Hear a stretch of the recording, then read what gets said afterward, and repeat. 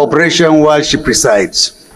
Welcome, Ms. Isabel, to the Green Chamber and to the exalted seat. I advocate for you. Congratulations. You may sit down.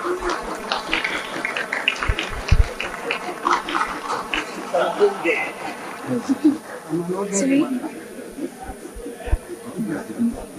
Yes.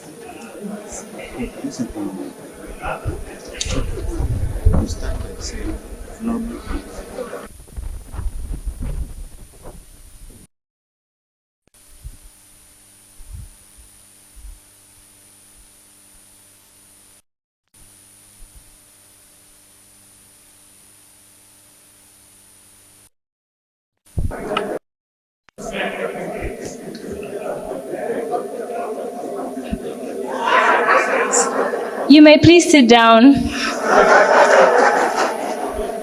I thank the Right Honorable Speaker and the entire House for the honor of assuming this symbolic position as Speaker today.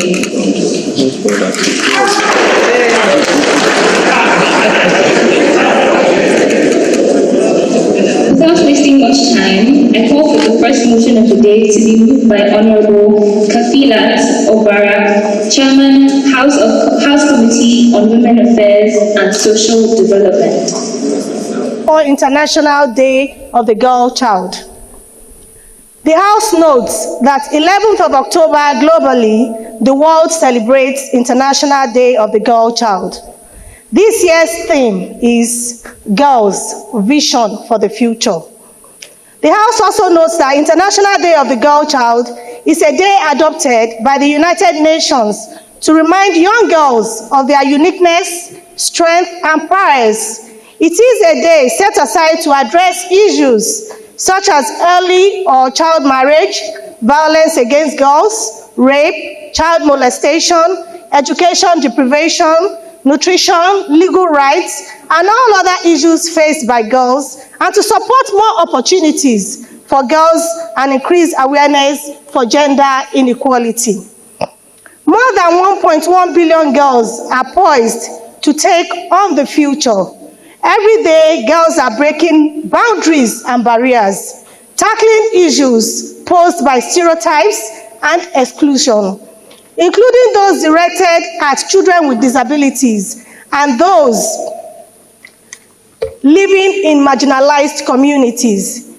The protection of the girl child is crucial for sustaining the continuity of mankind as they grow into women and mothers who not only shape the future generation, but the trajectory of nations. The House is aware that gender discrimination is a global phenomenon that engulfed many nations of the world due to patriarchy and cultural stereotypes. While other nations have made giant strides in closing the gender gap, Nigeria is still grappling with these issues, starting from access to education, healthcare, and access to basic amenities. Despite Nigeria being a signatory to the Convention of All Forms of Discrimination Against Women, CEDAW, Convention on Child's Rights, and many others, like harmful practices like the female genital mutilation, is still being practiced in some parts of the country, which is a direct violation of human rights of women and, of course, the girls. The House is informed that recent analysis shows that girls are not only courageous in the face of crisis, but hopeful for the future. According to the World Health Organization, children growing into adolescence, especially between the ages of 10 to 19, have limited knowledge about the natural processes of puberty, sexual health, pregnancy, or reproduction. This period of their lives is a period of rapid development of knowledge and skills, learning to manage emotions, relationships, acquire attributes and abilities that will necessarily be necessary for them to enjoy adolescent years and assuming adult roles. When they are sexually abused at this sensitive season of their lives, it affects their growth and development and their overall well-being, leading them to becoming dysfunctional adults in some instances due to psychological and mental trauma. The House is worried about this disheartening high number of out-of-school girls engaged in drug abuse as well. Current data indicates that Nigeria has an estimated 10.5 million girls that are out of school who are also users of hard drugs.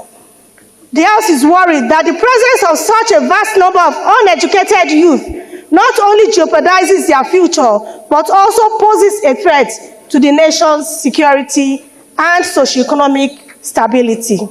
If deliberate efforts are not taken to address the challenges and be intentional to protect the girl child, the country will be at risk of raising dysfunctional mothers who are meant to protect the home, society, and the future. The prayers.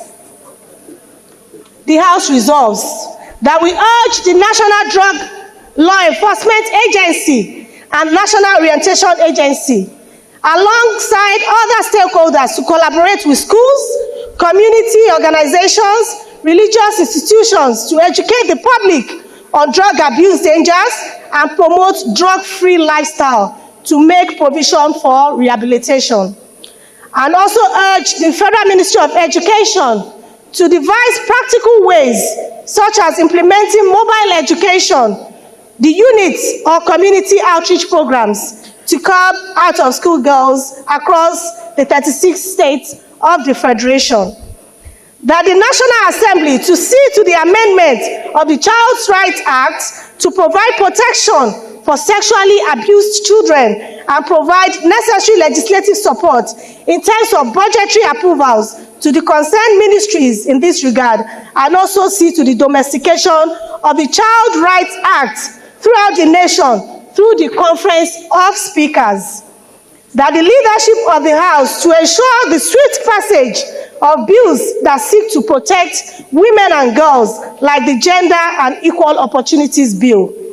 That we mandate the Committee on Women Affairs and Social Development, Basic Education and Services to engage the NDLEA, Ministry of Education, NOA, and other stakeholders by organizing workshops, creating awareness campaigns, and monitoring progress to ensure compliance.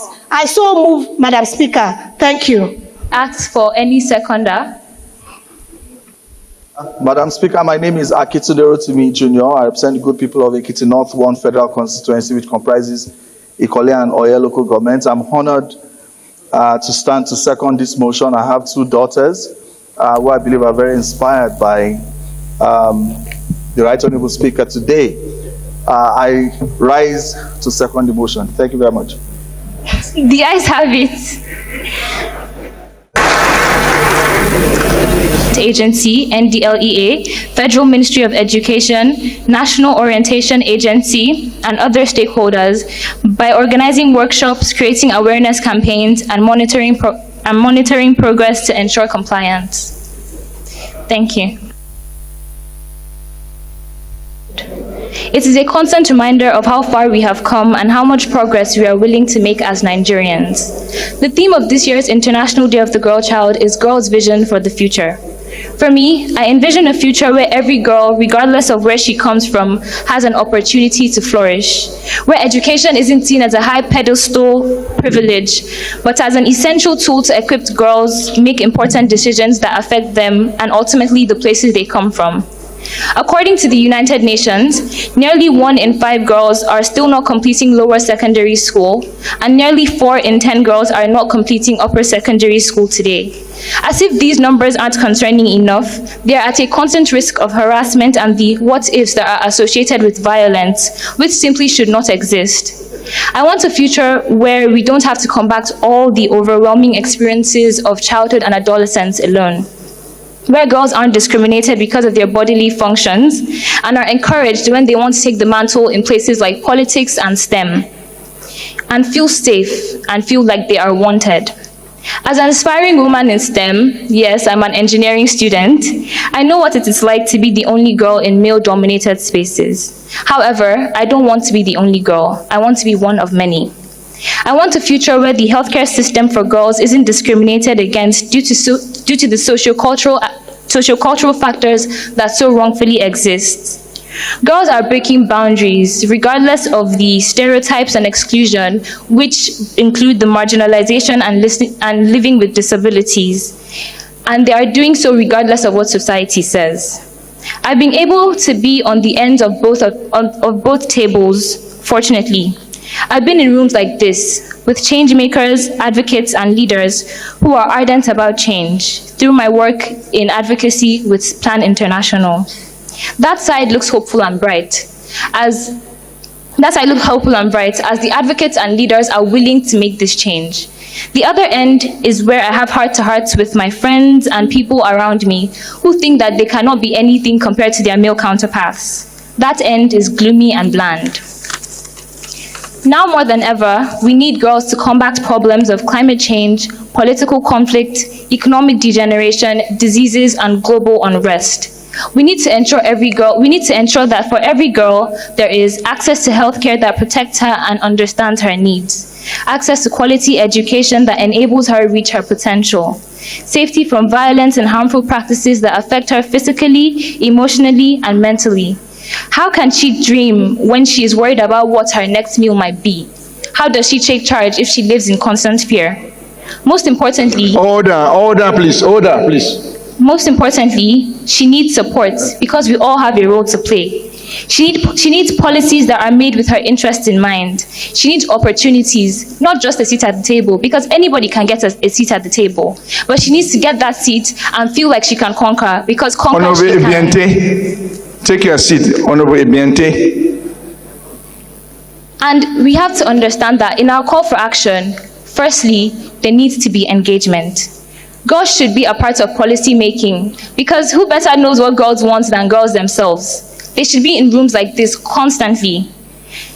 Gender-inclusive budgeting and gender-inclusive policies should be made for girls to empower and protect them in making sure that they maximize their full potential.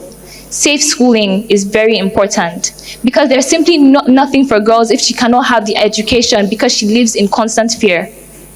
Sanitary pads and hygiene products should be made available, and they should be made as cheap as they can be. The good thing is that we are already halfway there, and every day we are a step closer to achieving these goals. Also, there isn't just one solution, but hundreds. There isn't just one girl to talk for, but millions. In order for us to continue at the steady progression that we have so rightfully ascertained, we mustn't just provide her a seat at the table. Finally, I congratulate all the women in parliament that have pushed through and broken stereotypes. Girls around Nigeria aspire to be like you. And to all the he for she's who uplift the girls they know and to continue striving, we see your efforts and we deeply appreciate your strive for equality. And don't forget that the marathon continues, but fortunately, we're already halfway there.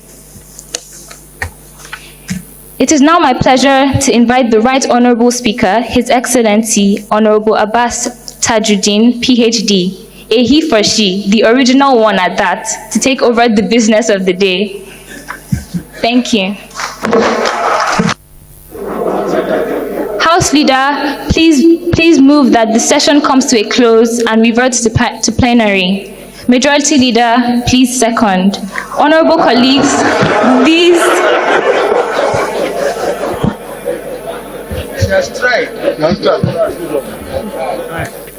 Madam Speaker, I'm Professor Julius Ihanvere, ON, Owan Federal Constituency, Edo State. I rise to move that this session be brought to a close and to revert to plenary. I so move. Minority Leader, please second. Madam Speaker, my dear colleagues, Kingsley Chinda, Obiabo Federal Constituency, I rise to most humbly second the motion that we do revert to normal plenary. I so second. Those in favor say aye. Aye. Those against say nay.